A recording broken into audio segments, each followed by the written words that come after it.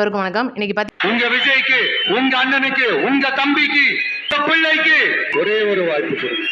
தயவு செஞ்சு விசில் சின்னத்துக்கு ஓட்டு போடுங்க. ரொம்ப பல்வேறு விஷயங்கள் நம்ம பேச போறோம். அது ரொம்பவே முக்கியமான விஷயமா நான் சொல்லிடுறது, இன்னைக்கு விஜய் அவர்களுடைய தேர்தல் அறிக்கையை வெளியிடுறாங்க. அதுல பாத்தீங்கன்னா இளைஞர்கள் மற்றும் முதியவர்களுக்கான அதிகப்படியான ஒரு அறிக்கையில நிறைய விஷயங்கள் அதுல கொடுத்துருக்கிறதா சொல்லிட்டு இருக்காங்க. அது என்ன அப்படின்றத ஈவினிங் விஜய் அவர்கள் 3 மணிக்கு தாஜ் கோரமண்டல் ஹோட்டல்ல வெளியிடுறாரு. இன்னைக்கு 800 பேருக்கு வந்து அந்த QR கோடோட அனுமதி கொடுத்துருக்காங்க. அந்த அப்டேட் வந்தோடனே நான் அடுத்த வீடியோல சொல்லிடுறேன். இப்போ இந்த வீடியோல வந்து நம்ம நிறைய விஷயங்கள் பேச போறோம். இன்னைக்கு திமுக வந்து தமிழக வெற்றி கழகத்துக்கு எதிராக ஏகப்பட்ட வேலைகள் பண்ணிட்டு இருக்காங்க. அந்த ஒரு வகையில நேற்று பிரம்மாண்டமான நடந்த சென்னை ரோடு ஷோல விஜய் அவர்கள் மேல ஒரு வழக்கு போட்டிருக்காங்க.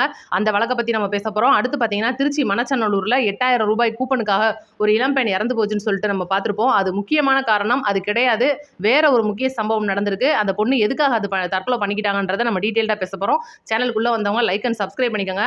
இப்ப உங்களோட கமெண்ட்டையும் மறக்காம கமெண்ட்ல சொல்லிருங்க. முக்கியமான விஷயமா இன்னைக்கு தேர்தல் அப்படின்னு ஆரம்பிச்சதுல இருந்து பாத்தீங்கன்னா இந்த தீய சக்தி பல்வேறு வகையில பல்வேறு வேலைகளை காட்டிக்கிட்டு இருக்கு. அந்த ஒரு வகையிலே அவங்க வேலை காட்டுறது கிட்டத்தட்ட தேர்தல் கமிஷனுக்கு தெரிஞ்சிருக்கு. இந்த தேர்தல் கமிஷன்ல இருக்கிற நிறைய அதிகாரிகள் இன்னைக்கு திமுகவுக்கு சப்போர்ட்டா தான் இருக்காங்க அப்படின்னு சொல்லிட்டு ஏதாவது 1-2 நேர்மையான அதிகாரிகள் இருக்கத்தானே செய்வாங்க. அவங்க வந்து மேலிடத்துக்கு சொல்லி இருக்கிறனால நிறைய பேரை வந்து மாறுதல் பண்ணாங்க. இப்ப பாத்தீங்கன்னா சஞ்சய் ராய் ரத்தோரை டிஜிபியா தூக்கியிருக்காங்க. அதாவது வெங்கட்ராமன் அவர்களை தூக்கிட்டு சஞ்சய் ராய் ரத்தோரை இறக்கியிருக்காங்க. இவர் வந்து பல்வேறு வகையில முதல்ல டிஜிபியா இருந்தவர். தமிழகத்துல அந்த ஒரு LED லைட் சிக்னலுக்கெல்லாம் பாத்தீங்கன்னா அதை முக்கியமா கொண்டுட்டு வந்ததே இவர் தான். இந்த மாதிரி வந்து நிறைய பேர் வந்து மாத்திருக்காங்க. அதெல்லாம் பாத்தீங்கன்னா முன்னாள் தலைமைச் செயலர் முருகானந்தம் அப்படின்றவரை எடுத்துட்டு இப்ப பாத்தீங்கன்னா சாய்குமார் அப்படின்றவரை போட்டிருக்காங்க. அதுக்கு போக நிறைய அதிகாரிகளையும் மாற்றிருக்காங்க. உள்துறை செயலாளர் தீரஜ்குமார் அப்படின்றவரை மாற்றிட்டு கே மணிவாசன் அப்படின்றவரை போட்டிருக்காங்க. காவல் ஆணையர் சென்னையோட காவல் ஆணையர் அதாவது கமிஷனர் அருண் அப்படின்றவரை மாற்றிட்டு பார்த்தீங்கன்னா அபினவ் தினேஷ். இது எதுக்காக போட்டிருக்காங்கன்னா இவங்க எல்லாருமே இன்னைக்கு திமுகவோட கைகூலியாக மாறி போயிட்டாங்க. இந்த தேர்தல் அப்படின்றது நேர்மையாக நடக்கணும் அப்படின்னா கண்டிப்பாக வேற வழியில் இவங்க எல்லாம் மாற்றி தான் ஆகணும்னு சொல்லிட்டு மாற்றிருக்காங்க. இது வந்து முக்கியமான இதுக்கு ஒரு ஸ்டெப் எடுத்தவர்னு பார்த்தீங்கன்னா அண்ணாமலை அவர்கள். ஏன்னா இது வந்து வெளிப்படையாகவே தெரியுது இவங்க முழுக்க வந்து திமுகவுக்கு சப்போர்ட் பண்ணுறாங்க. இப்போ நடந்த அந்த தபால் வாக்குப்பதிவுல எல்லாம் பார்த்தீங்கன்னா கூட போயிருக்கிற காவல்துறை அதிகாரிகளே வந்து அதுக்கெல்லாம் உடந்தையா இருந்து அந்த பெரியவங்கள ஓட்டுகளை வந்து இந்த திமுக கூட்டணி கட்சிகளுக்கும் திமுக தீய சக்திக்கும் வந்து போட சொல்லி வற்புறுத்தி காசெல்லாம் கொடுத்து கூட ஓட்டு வாங்கி இருக்கிறதா பல்வேறு நியூஸ்கள் வந்துட்டு இருக்கு. அதை பத்தி இன்னும் முழு விவரங்கள் இருக்கு. இது பாத்தீங்கன்னா ஏற்கனவே காரைக்குடியில பிரபு அவர்கள் வந்து முன்னாடி பிரஸ் மீட் கொடுத்ததே வந்து முதல்ல கொடுத்ததே அவர் தான். இந்த விஷயத்தை வெளிக்கொண்டு வந்தவரும் அவர் தான். அவர் சொன்னதுக்கு அப்புறமா அடுத்தடுத்த வீடியோக்கள் நிறைய ஊர்கள்ல இருந்து வந்துட்டு இருக்கு. இதுக்கு கண்டிப்பா ஒரு பிரளயமே வெடிக்கும் அப்படின்னு சொல்லணும். பார்ப்போம் தேர்தல் கமிஷன் எந்த அளவுக்கு இந்த தேர்தலை நேர்மையா நடத்த போறாங்கன்றதை நம்ம பொறுத்திருந்து பார்ப்போம். இப்ப பாத்தீங்கன்னா இது மட்டும் வந்து தமிழகத்தில் நடக்கிறது. இன்னைக்கு கோயம்புத்தூர்னு எடுத்துக்கோங்க. கோயம்புத்தூரை பொறுத்த வரைக்கும் இன்னைக்கு கரூர்ல முன்னாள் அமைச்சராக இருந்த செந்தில் பாலாஜி அவர்கள் கோயம்புத்தூர் போனதுக்கு அப்புறம் கோயம்புத்தூரும் வந்து கெட்டு போச்சு அப்படின்னு சொல்லணும். ஏன்னா அந்த மாதிரி வந்து வேலைகளை இவர் பார்த்துட்டு இருக்காரு. மனித பட்டிகள் இன்னைக்கு வாக்காளர்களை கவர்றதுக்கான ஏகப்பட்ட கவர்ச்சி அந்த பணங்கள் மற்றும் எல்லா பொருட்கள் இந்த மாதிரி பல்வேறு வகையில சரக்குகள், இன்னும் சொல்லணும்னா அவங்களுக்கு தெரிஞ்ச கஞ்சாக்கள் அந்த மாதிரி சொல்ல வேண்டியதுதான். அந்த மாதிரி ஏகப்பட்ட பொருளை கொடுத்து காலையில இருந்து மனித பட்டி மாதிரி அடைச்சு வச்சுட்டு சாயந்தரம் ஆனா வீட்டுக்கு போகும்போது பார்த்தீங்கன்னா காசு, பிரியாணி போட்டோம், குவார்டர் எல்லாத்தையும் கொடுத்து அனுப்புறதா பல்வேறு நியூஸ்கள் வந்துட்டு இருக்கு. இதை பத்தி நான் ஆரம்பத்துல சொல்லியிருப்பேன். மனித பட்டினா என்ன, இதெல்லாம் என்ன பண்ணுவாங்க அப்படின்னு. இந்த டீட்டெயில்டுக்காக பார்த்தீங்கன்னா இவங்க எல்லாரும் அதாவது இவங்க எல்லாம் இப்படி பண்றது திமுக மற்றும் இந்த சுயேட்சை வேட்பாளர்கள் சொன்ன மாதிரி கரூர்ல இருந்து 18 பேர் வந்து கோவை தெற்குல மட்டுமே வேட்புமனு தாக்கல் பண்ணியிருக்காங்க. இவங்க எல்லாருமே வந்து ஒரே இடம் தான், அந்த தீய சக்தி தான். இவங்க எல்லாருமே இந்த மாதிரி வேலை பார்க்கறது பார்த்தீங்கன்னா ADMK மற்றும் அந்த பிஜேபி NDA கூட்டணி மற்றும் தமிழக வெற்றி கழகம், நாம் தமிழர் கட்சி எல்லாருமே சேர்ந்து நேரடியாகவே போய் அந்த ஊர்ல இருக்கிற ஆட்சியாளர் அதாவது அந்த ஊரோட ஆட்சியாளர் கே ரவிக்குமார் அவர்கள்ட்ட மனு கொடுத்துருக்காங்க. அவர் பரிசீலனை பண்றேன்னு சொல்லியிருக்காரு. இது வந்து பாத்தீங்கன்னா இன்னைக்கு தேர்தல் கமிஷன் அப்படின்றது அடிப்படையாக எடுக்கக்கூடிய விஷயமா இருக்கு. இன்னைக்கு என்ன நடந்திருக்கு அப்படின்னா இப்போ நேற்று சென்னையில விஜய் அவர்களுடைய ரோடு ஷோ டி நகர்ல ஆரம்பிச்சு புரசைவாக்கம், எழும்பூர் இந்த மாதிரி அப்படியே நீண்டு போயிட்டே இருந்துச்சு. ஒட்டுமொத்த தமிழகமும் வாயடைக்கிற மாதிரி இருந்துச்சு அந்த சென்னையோட பிரச்சாரம். இன்னைக்கு எல்லா ஊர்லயும் வந்து விஜய் வந்து பேசுவாரு, அவரோட பேச்சை கேட்கறதுக்கு நாங்க வர்றோம் அப்படின்னு சொல்லிட்டு மக்கள் கூட்டிக்கிட்டு இருக்கிற இந்த ஒரு சூழ்நிலையில இன்னைக்கு பாத்தீங்கன்னா ஒரு டைமுக்கு மேல வந்து கண்டிப்பா பேசக்கூடாதுன்னு ஒரு முடிவு எடுத்திருக்காரு. ஏன்னா இருட்டு ஆயிடுச்சு அப்படின்னா தன்னுடைய தொண்டர்களுக்கு பாதுகாப்பு இல்லை அப்படின்னு விஜய் கருதுறாரு. இதை நான் ஏற்கனவே சொல்லியிருப்பேன். இதெல்லாம் கூட நிறைய இடத்துல விமர்சனத்துக்கு உள்ளாகுது. ஆனா பாத்தீங்கன்னா நேத்தெல்லாம் கன்னியாகுமரியில மோடியே வந்து ரோடு ஷோலாம் போயிருக்காராம். உங்களுக்கு தெரியுமா அப்படின்னு எனக்கு தெரியல. ஏன்னா எனக்கு தெரியவே தெரியாது. ஏன்னா நம்மலாம் நேற்று எங்க இருந்தோம், முழுக்க விஜய் அவர்களை பார்க்கறதுல இருந்தோம். இன்னைக்கு தமிழகத்துல மோடி அவர்கள் ரோடு ஷோ போறது, EPS அவர்கள் போறது, அண்ணாமலை எல்லாம் வந்து கன்னியாகுமரி பக்கம் போனது நம்ம யாருக்குமே தெரியல அப்படின்னா இன்னைக்கு ஒட்டுமொத்த தமிழகத்தோட பார்வையும் தமிழக வெற்றி கழகத்து மேலேயும் அந்த தலைவர் மேலேயும் இருக்கு அப்படின்னா. ஆனா கருத்து கணிப்புலாம் பாத்தீங்கன்னா பூரா பொய்யா தான் அவங்க வெளியிடுறாங்க. நான் நேத்து தான் நம்மளுடைய மை இந்தியாவோட ஒரு கருத்து கணிப்பு நான் சொல்லியிருக்கேன். முழுக்க முழுக்க அதுல தமிழக வெற்றி கழகத்துக்கு அதிக வாய்ப்புகள் இருக்கு அப்படின்னு. இந்த மாதிரி விஷயம் வந்து இன்னைக்கு தமிழகத்துல மறைக்கப்படுது அப்படின்னு சொல்லணும். இன்னைக்கு தமிழகத்துல தமிழக வெற்றி கழகத்துக்கு இருக்கிற அந்த ஒரு மதிப்பை வந்து இறக்க பாக்குறாங்க. மக்கள் நம்புற மாதிரி இல்ல.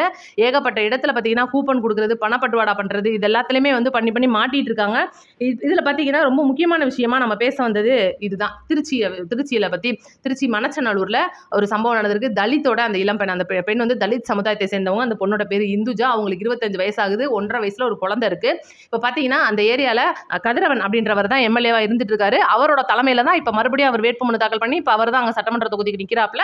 அவரோட தலைமையில இருக்கிற நிறைய பேர் பாத்தீங்கன்னா, அதாவது அவங்களோட ஆட்கள்னு இருப்பாங்கல்ல, பூத் கமிட்டி பாக்குறவங்க, இந்த மாதிரி வந்து நிர்வாகிகள், செயலாளர்கள், சிறு சிறு கிளை பொறுப்புகள்ல இருக்கிறவங்க அந்த ஏரியாக்குள்ள போயிட்டு, என்ன ஏரியானா பிச்சாண்டவர் கோயில் அப்படின்னு சொல்றாங்க அந்த ஏரியாவை. அந்த ஏரியாக்குள்ள போயிட்டு மக்களுக்கு அந்த துண்டு பிரசுரங்கள் மாதிரி கொடுத்து விளம்பரம் பண்றதும், அதாவது மாற்றுக் கட்சியினர் பார்க்குறாங்களா அப்படின்றத பார்த்துட்டு, பார்க்கல அப்படின்னா டக்குன்னு அந்த 8,000 ரூபாய் கூப்பனை தூக்கி கொடுக்குற மாதிரியான ஒரு ஆக்ஷன். இது வந்து முழுக்க முழுக்க மாதிரி கூப்பன் தான். இன்னும் வந்து இது ஒரு வந்து உண்மை கூப்பன் கிடையாது. இதனால பார்த்தீங்கன்னா பெண்கள்லாம் கூட நேரடியாகவே இந்த வசந்தன் கோ அந்த மாதிரி பெரிய பெரிய கடைகளுக்கு போய் ஜாமான்லாம் கேட்டு, இல்லப்பா இது வந்து பொய்யா அப்படின்னு சொல்லி அமுச்சு விட்ட சம்பவம்லாம் நடந்திருக்கு. ஆனா இந்த கூப்பனை வந்து இவங்க வந்து இப்பவே வந்து ரிஜிஸ்டர் பண்ணி வைக்கிறாங்க அப்படின்னா என்ன காரணம்? நீங்க நமக்கு தான் ஓட்டு போடணும் அப்படின்னு சொல்லாம சொல்லி கொடுத்துட்டு இருக்காங்க. இந்த பொண்ணு பார்த்தீங்கன்னா, இந்த பொண்ணு வீட்டில் இருந்திருக்காங்க. இவங்க வீட்டில் ஆளுக வந்து யாருமே இல்லை. இந்த பொண்ணு குழந்தையோட இருந்திருக்கும் போது, என்ன அவங்களுக்குலாம் கொடுக்குறீங்க, எனக்கு கொடுக்க மாட்டேன்றீங்களேன்னு சொல்லி இந்த பொண்ணு போய் கேட்குறாங்க. இந்த பொண்ணு கேட்கறதுல, நீ என்ன எங்களுக்கா போடுவ ஓட்டு, நீ எங்களுக்கு போட மாட்ட, எனக்கு தெரியும் நல்லா, உங்களோட குடும்பம் வந்து இப்போ மாறிட்டீங்க, நீங்க வந்து புதிய கட்சிக்கு தான் போட போறீங்க, அப்போ நீங்க எப்படி நீங்களே வந்து முடிவு பண்ணிக்கங்க. இந்த பொண்ணு என்ன சொல்லியிருக்காங்கன்றதை, ஏன்னா பக்கத்தில் இருக்கவங்க சொல்றது தான் நான் சொல்லியிருக்கேன். அப்போ நீங்க வந்து எனக்கு போட மாட்டீங்கன்னு எங்களுக்கு தெரிஞ்சு போச்சு, உங்களோட குடும்பம் வந்து வேற பக்கம் திரும்பினதா வந்து எங்களுக்கு வந்திருக்கு, அதனால உங்களுக்கு இந்த கூப்பன் கிடையாது அப்படின்னு சொல்லியிருக்காங்க.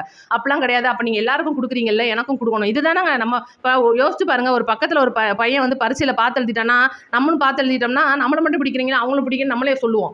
சின்ன குழந்தைங்களுக்கு கூட அந்த ஒரு புத்தி அப்படின்றது இருக்கும். இன்னைக்கு பெரியவங்களுக்கு நீ என்ன அவங்களுக்கு மட்டும் 1000 ரூபாய் கொடுக்குற, எனக்கு கொடுக்க மாட்டேன்றேன்னு சொல்லிட்டு இன்னைக்கு சொந்த வீடு வச்சிருக்கவங்களும் ரேஷன் கடையில் போய் அந்த 1000 ரூபாய்க்கு நின்றுட்டு இருக்கிறவங்க தான் நம்ம தமிழ்நாடு. அப்படி இருக்கும்போது அந்த பொண்ணு கேட்டிருக்காங்க, அது என்ன நீ அவங்களுக்கு மட்டும் கொடுக்குற, எனக்கு கொடுக்கலன்னு சொல்லி கேட்கும்போது அந்த பொண்ணு அசிங்கமா திட்டிருக்காங்க. ரொம்ப ஆபாசமான வார்த்தையில காது கூசுற அளவுக்கு திட்டிருக்காங்க. ஊர் மக்கள்லாம் அங்கதான், அதாவது அவங்களோட கூப்பனை வாங்கிட்டு போயிட்டாலும் கூட 2-3 பேர் அங்கதான் நின்றுட்டு இருக்காங்க. இதுல என்ன ஒரு துரதிர்ஷ்டமான சம்பவம் அப்படின்னா, அந்த பொண்ணோட குடும்பத்தை சார்ந்தவங்க அங்க இல்லாம போயிட்டாங்க, வேறவங்க இருந்திருக்காங்க. அதுவும் கூட இவங்களோட ஆட்கள் கிட்டத்தட்ட 9 பேர் வந்து இதோட ஆட்கள் போயிருக்காங்க. அதுல 6 பேரை காவல்துறையினர் கைது பண்ணிருச்சு. 3 பேரோட பேர் மட்டும்தான் வெளியாயிருக்கு. ரவிக்குமார், ராஜேந்திரன் மற்றும் ராஜா, இந்த 3 பேரோட பேர் மட்டும் வெளியே வந்திருக்கு. மித்தவங்களோட பேர் கூட வெளியிட மாட்டேன்றாங்க. இன்னும் 3 பேர் அப்சாண்ட்லேயே இருக்காங்க, கண்டுபிடிச்சிட்டு இருக்காங்களா. எப்படியும் தேர்தல் முடியறதுக்குள்ள கண்டுபிடிச்சிருவாங்கன்னு நினைக்கிறேன். அப்படி இருக்கும்போது இந்த பொண்ணை வந்து தாக்கி முடியெல்லாம் பிடிச்சி ஒரு மாதிரியா இழுத்து நல்லா அடிச்சு, கன்னத்துல முதற்கொண்டு காயங்கள் இருக்கிறதா சொல்றாங்க. அந்த அளவுக்கு அடிச்சு பக்கத்துல, அதாவது பாத்தீங்கன்னா உங்களுக்கு தெரியும், கிராமங்கள்ல எல்லாம் வீட்டுக்கு வெளியில விளக்கமாறு வச்சிருப்போம், நம்ம வாசல் கூட்டுற விளக்கமாறு. அந்த விளக்கமாரை எடுத்து அந்த பொண்ணு அடிச்சிருக்காங்க தொடப்பத்துல. அந்த பொண்ணு தலை உடம்பு ஃபுல்லுமே அடிச்சிருக்காங்க. அந்த குழந்தை வந்து வீட்டுக்குள்ள இருந்தனால அந்த குழந்தைக்கு வந்து நல்ல வேலையா அடி இல்ல, தள்ளி வச்சிருக்காங்க அந்த குழந்தைய. அதுக்கப்புறம் அந்த பொண்ணு அலற சத்தம் கேட்டு தான் ஊராரெல்லாம் கூடுறாங்க. அப்படி இருந்தும் கூட அந்த பொண்ணை அடிக்கிறத மட்டும் நிறுத்திட்டு பயங்கரமா வசப்பாடி இருக்காங்க. இந்த பொண்ணு வந்து அந்த அடி வாங்கின கையோட வீட்டுக்குள்ள போயிடுறாங்க. வீட்டுக்குள்ள போயிட்டு ரொம்பவே வந்து குமுறி அழுதுட்டு இருந்திருக்காங்க. அந்த வீட்டுல ஆள் இல்லாதனால அந்த பொண்ணு இப்படி ஒரு நிலைமைய தற்கொலைக்கு வந்து தூண்டுற விதமா கையை பிடிச்சி இழுக்கிறது, ஆபாச செய்கைலாம் செய்யறதா அந்த ஏரியாவில் சொல்லியிருக்காங்க. அதாவது ஒரு சில பேர் அந்த நல்ல மனசுக்காரங்க இந்த உண்மையை ஒத்துக்கிட்டு இருக்காங்கன்னா பார்த்துக்கோங்க. மித்த எல்லாருமே வாய் அடைச்சிட்டு தான் போயிருக்காங்கன்னு சொல்லணும், வேற வழி இல்லை. ஏன்னா அவங்க வந்து இன்னைக்கு வாய் பேச முடியாத சூழ்நிலை இருந்துட்டு இருக்காங்க. அப்படி இருந்தும் கூட ஒரு சில பேர் இந்த சம்பவத்தை வந்து சொல்லியிருக்காங்க. ஆபாச செய்கையை செஞ்சிருக்காங்க, முடி பிடிச்சி இழுத்ததுல அந்த பொண்ணை வந்து தற்கொலைக்கு தூண்டுற விதமா ரொம்பவே. ஏன்னா இளம் பெண் அப்படின்னும் போது எந்த அளவு இவங்க பண்ணியிருப்பாங்க, இவங்கெல்லாம் கல்லுக்கு சேலை கட்டினாலே எப்படி பார்ப்பாங்கன்றது நமக்கு தெரியும். அப்படி இருக்கும்போது இந்த மாதிரி சம்பவம் தான் அந்த திருச்சியில் நடந்திருக்கு. இது வெளியில எந்த ஒரு நியூஸ்காரனும் சொல்லலை. ஏன்னா அவங்கெல்லாம் விலை போயிட்டாங்க. நம்ம மாதிரி கிடையாது. முழுக்க முழுக்க வந்து இன்னைக்கு மக்கள் வந்து எந்த அளவுக்கு இன்னைக்கு ஒரு கட்சியை வெறுக்கிறாங்க அப்படின்னு வெளியே சொல்ல மாட்டேன்றாங்க. அவங்களோட வேலை என்ன, ஒரு வேட்பாளர் வந்து பிரச்சாரத்துக்கு போனாலும், ஒரு தலைவர் வந்து பிரச்சாரத்துக்கு போனாலும், முதல்வர் துணை முதல்வர் பிரச்சாரத்துக்கு போனாலும் நியூஸா போடுறது மட்டும் தான் அவங்க வேலையா இருக்கு. ஆனா ஒரு சில நியூஸ் இருக்கு, இன்னும் நல்ல நியூஸா தான் இருக்கு. ஒவ்வொரு ஏரியாக்களையும் திமுகவுடைய வேட்பாளர்கள் போய் நல்ல காது கிளிய வாங்கிட்டு வர்றதும், இன்னைக்கு மக்கள் வந்து உள்ள அவங்களை விடாம பேனர்லேயே வச்சிருக்காங்கன்னா பாருங்க, அந்த ஊர் மக்கள் எவ்வளவு கெத்தா இருப்பாங்கன்னு. எங்க ஊரில் யாரும் திமுக காரன் ஓட்டு கேட்டு உள்ள வந்துடாது அப்படின்லாம் தெளிவா பேனர் போட்டு அடிச்சு வச்சிருக்காங்க. அந்த பேனர் அடிச்ச அந்த பேனர் கடைக்காரருக்கு ஒரு சல்யூட்னு சொல்லணும். அந்த மாதிரி வந்து கெத்தா வைக்கிற ஊரும் இன்னும் இருக்கதான் செய்யுது. இந்த மாதிரி வந்து திமுக வேட்பாளர்களை கேள்வி கேட்கறதும் சரி, ஆளுங்கட்சி வேட்பாளர்களா யார் இருந்தாலும் சரி, எதிர்கட்சி வேட்பாளர்களா யார் இருந்தாலும் சரி, நீங்க எங்க தொகுதிக்கு என்ன பண்ணிருக்கீங்கன்னு கேள்வி கேட்கிற ஒரு தைரியம் இன்னைக்கு தமிழக வெற்றி கழகம் வந்ததுக்கு அப்புறம் தான் வந்திருக்கு அப்படின்றதுதான் உண்மை. இந்த மாதிரி சம்பவம், இந்த திருச்சியில நடந்த மாதிரி சம்பவம் மற்ற ஊர்கள்ல நடக்கிறத முதல்ல நம்ம தடுக்கணும். இந்த திமுகவினரோட அராஜகத்தை நம்ம ஒடுக்கணும். வேற வழியே இல்லை. ஏன்னா இன்னைக்கு எல்லாருமே வந்து நம்ம கேட்போம். இன்னைக்கு ஸ்டாலின் அவர்கள் வந்து இதை கேட்க மாட்டேன்றாரு. மிஞ்சி மிஞ்சி போனா இந்த 6 பேரை என்ன பண்ணுவாங்கன்னு நினைக்கிறீங்க? கட்சி பொறுப்புல இருந்து நீக்கி விடுவாங்க. அப்புறம் 6 மாசம் கழிச்சு மறுபடியும் சேர்த்துக்குருவாங்க. இதுதான் வந்து நடக்கும். வேற என்ன பண்ண முடியும் உங்களால? உங்களுக்கு வந்து தண்டனை வாங்கி கொடுத்துட முடியுமா? அப்படி தண்டனை வாங்கி கொடுத்தா அண்ணா யூனிவர்சிட்டியில ஒருத்தன் வந்து ஒரு பாலியல் ஒரு பொண்ணை வந்து பண்ணிட்டு வந்தானே, இன்னைக்கு வெளியில தான் சுத்திட்டு திரியிறான் ஜாமீன் கிடைச்சு. அப்ப எந்த அளவுக்கு வந்து இன்னைக்கு சட்டம் அப்படின்றது கடுமையாக்கப்படணும்ன்றது தெரியணும். இந்த தற்கொலை அப்படின்றது வந்து இந்த பொண்ணு பண்ணிக்கிட்டாங்க அப்படின்றது சும்மா பேச்சுக்கு வெளியில சொல்றது. தூண்டி இருக்காங்க தற்கொலைக்கு. அதுதான் வந்து உண்மை. அதனால இந்த மாதிரி சம்பவங்கள் இனிமேல் நடக்கிறத தடுக்கணும். இன்னும் தயவு செய்து யாரும் இந்த கூப்பனுக்குலாம் விலை போகாதீங்க. ஏன்னா 8000 ரூபாய்க்கு ஜாமான் வாங்க முடியாமையா நம்ம வீடுகளில் நம்ம இருக்கோம். இன்னைக்கு ஒட்டுமொத்தமா நம்மளை எப்படிலாம் மண்டையில மிளகா அரைச்சிட்டு இருக்காங்கன்னு எல்லாருக்கும் தெரியணும். வெறும் 8000 ரூபாய்க்கு வந்து ஜாமானை கொடுத்து 5 வருஷம் நம்மளை எழுதி வாங்குறாங்க. ஒரு உயிர் போயிருச்சு அந்த குழந்தைக்கு. இன்னைக்கு அம்மா இல்லை. யோசிச்சு பாருங்க. அப்ப இவ்வளவு மாதிரி சம்பவங்கள் நடக்கிறவங்க நமக்கு வேணுமா அப்படின்றத நீங்க யோசிங்க. தயவு செய்து எல்லாருமே வந்து இன்னைக்கு வெற்றி தலைவர் விஜய் அவர்களுக்கு ஒரு வாய்ப்பு கொடுப்போம் அப்படின்றது தான் நம்மளோட கருத்து. இன்னைக்கு ஒண்ணுமே இல்லைங்க. யோசிச்சு பாருங்க. ஒரு மனுஷனை எவ்வளவு தூரம் அடிக்கிறாங்க அப்படின்றத யோசிச்சு பாருங்க. நேத்துல இன்னைக்கு பாத்தீங்கன்னா வழக்கு என்ன வழக்குன்றத அதை வேற நான் சொல்லணும், மறந்து போயிட்டே பாருங்க. 2500 பேருக்கு மேல கூட்டம் கூட்டிட்டாப்லையா? எப்படி 2500? இவ்வளவு ஊர்கள்லாம் நீங்க பார்த்தது இல்லையில. கிட்டத்தட்ட 50,000 பேர் 1,00,000 பேர் வந்து வேற வெட்டிலாம் எடுத்துக்கிட்டு தன்னோட தலைவனை பார்க்க ரோடுகளில் வந்து வெயில் கொடுமை நமக்கே தெரியுது. அவ்வளவு கொடுமையில வந்து இன்னைக்கு தலைவனை பார்க்க வர்றாங்க. தலைவரும் வந்து நான் அவங்கள பார்க்கணும்னா மேலே ஏறி நின்று பார்க்கறேன்னு சொல்லிட்டு உள்ள உட்காந்துட்டு இருந்த தலைவர் இன்னைக்கு மேலே ஏறி வந்து முழுக்க முழுக்க நின்றுகிட்டும் நடந்துகிட்டும் உடல் பிரச்சனைகளை அத்தனையுமே மறைச்சிக்கிட்டு நீங்க மக்கள் முன்னாடி வந்து சிரிச்ச முகத்தோட வந்து பார்த்துட்டு இருக்கிறாப்ல. ஆனா இது 2500 பேருக்கு அதிகமா கூட்டிட்டீங்கன்னு சொல்லி இன்னைக்கு ஒரு வழக்க போட்டிருக்காங்க. அதை பத்திலாம் எங்களுக்கு கவலை கிடையாது. 100 வழக்கம் நாங்க பார்ப்போம் அப்படின்ட்டு தலைவர் போயிட்டே இருப்பாப்ல. அதனால நம்மளுக்கு கவலை கிடையாது. அவ்வளவு தூரம் ரத்த படாப்பட்டு உழைச்ச படத்தை வெளியிட்டு இருக்காங்க. இவங்களெல்லாம் நம்ம எதை கொண்டு அடிக்கிறது? வாக்க வச்சு மட்டும்தான் அடிக்க முடியும். அதனால மக்களே எல்லாரும் விசில் சின்னத்துக்கு ஓட்டு போட்டுருங்க. இதுதான் நம்ம கருத்து. உங்களோட கருத்தையும் மறக்காம கமெண்ட்ல சொல்லிட்டு போயிருங்க. நம்ம சேனலை ஒரு 4 பேருக்கு ஷேர் பண்ணி விட்டுருங்க. லைக் அண்ட் சப்ஸ்கிரைப் பண்ணிக்கோங்க. நன்றி, வணக்கம்.